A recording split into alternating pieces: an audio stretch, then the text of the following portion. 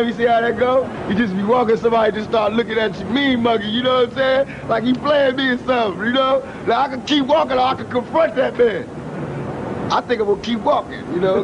That day, a war had ceased between the two coasts. The western side was somber. His mother dipped her trembling hands into his ashes and scattered them over Los Angeles. The rap world had lost a legendary figure of rap. Throughout his life, he spoke out against the racism, humiliations, and violence inflicted upon African Americans in America, advocating for their equal rights and freedoms through his speeches and songs, much like his mother. Ironically, he was shot and killed by fellow African Americans at the age of 25. So, who was the true king of rap, and why was he murdered? He hailed from the west coast of America. Los Angeles and California were his stomping grounds. However, the tale didn't originate there. Tupac actually entered the world in the East Harlem of New York City. His childhood unfolded amidst the impoverished and destitute streets of Harlem. Witnessing the struggles and the lives of the black community there, he absorbed the harsh realities firsthand. His mother was an active member of the Black Panther Party in the 70s, a party advocating for the rights of black Americans in the ghettos. She faced imprisonment due to raids but emerged resilient. Shortly after her release, she gave birth to Tupac, naming him Tupac Shakur after an Inca tribal chief in South America. The name carried the meaning of intelligence and warrior spirit. Tupac himself was introverted and reserved, immersed in reading books and writing poetry. After his mother lost her job, they relocated to Baltimore, where he began a high school life enriched with theater,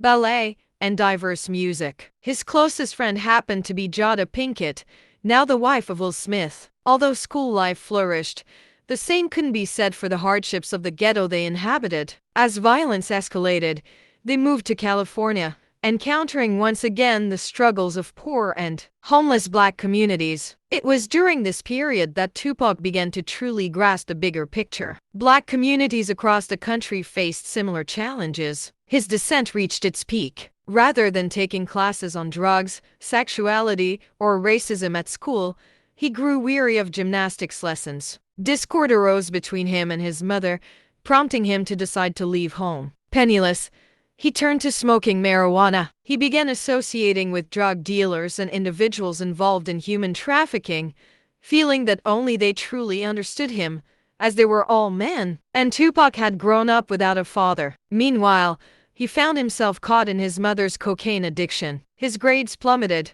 leading to his departure from high school. Desperate for money, he attempted to sell drugs for 2 weeks, but success eluded him. During these lost periods, his dream was to make rap music. The individuals around him, in a way, became his sponsors, facilitating his entry into the world of rap. His friend introduced him to the manager of Digital Underground, and through him, Tupac met the person who would change his life, Shock G. Shock G admired Tupac's style, took him on tour, paid him a salary, and had him perform his first track, Same Song. Those were the most beautiful days of his life. From that day forward, Tupac's fame steadily grew. As he gained recognition, he was discovered step by step, climbing higher. The more famous he became, the more he clung to his core values. Drawing inspiration from Don McLean, Lorraine Hansberry, and Shakespeare, he crafted his lyrics and addressed the plight of black people in the country throughout his albums Tupacalypse Now,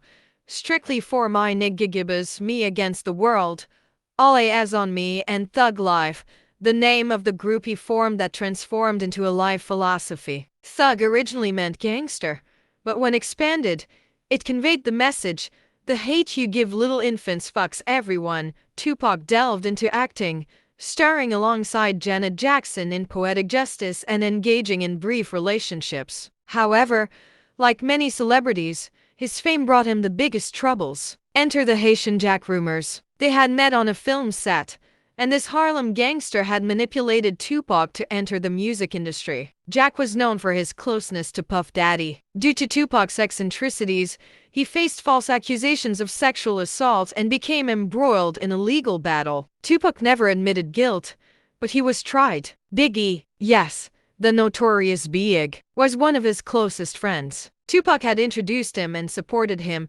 collaborating on many projects. Puff Daddy was backing them up, and East Coast rap was gaining strength. In 1994, Tupac was shot in the lobby of a hotel, heading to record a song with Biggie and Puff. He survived 5 gunshot wounds, but the incident fueled rumors that it was orchestrated by Haitian Jack. Their relationship had soured during the sexual assault trial, and Tupac had slipped out of Jack's control in the industry. Moreover, after the incident, Biggie's release of Who Shot Ya led Tupac to believe that Biggie and Puff were involved in his shooting. Their friendship crumbled, and things were never the same again. Unfortunately, shortly after, the sexual assault case concluded with a prison sentence for Tupac. When he served time, none of his friends were by his side. The East Coast was no longer for him. After spending some time in prison, Death Row Records paid a $1.4 million bail to secure Tupac's release. Death Row,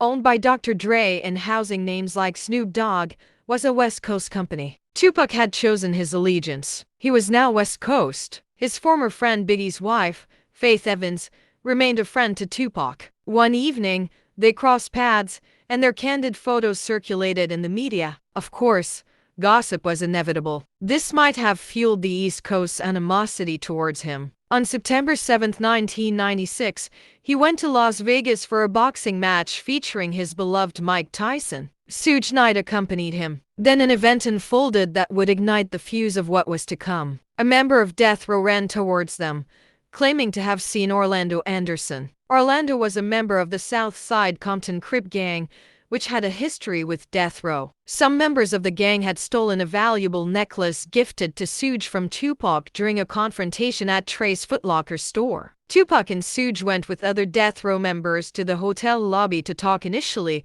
but it escalated into a violent brawl. They severely beat Anderson before leaving for a party that Suge was hosting. Suge's black BMW was their transportation, and they hit the road. They stopped at a red light at 10:05 p.m., where a fan took the last photo of Tupac. Minutes later, as they waited at the lights, a car pulled up alongside them with Orlando Anderson inside, and shots were fired through the rear left window, leaving Tupac critically wounded. He was taken to the hospital and died 6 days later. Shots came from the back. Big Dre, Orlando. Who shot Tupac? To keep it for the code of the streets. It just came from the back seat, bro. If I know that in this hotel room they have food every day, and I'm knocking on the door every day to eat, and they open the door, let me see the party, let me see like them throwing salami all over I mean, just like throwing food around. Or they're telling me there's no food in here. You know what I'm saying? Every day, I'm standing outside trying to sing my way in. You know what I'm saying? We are hungry, please let us in. We are hungry, please let us in. After about a week, that song is going to change to, we hungry, we need some food. After 2-3 weeks, it's like, you know, give me all the food, breaking out the door. And after a year, and you just like, you know what I'm saying, I'm picking the lock, coming through the door, blasting, you know what I'm saying? It's like you hungry, you reached your level, you don't want any more. We asked 10 years ago. We was asking with the Panthers. We was asking with them, you know, with civil rights movement. We was asking, you know, now those people that were asking, they're all dead and in jail. So now what do you think we're going to do?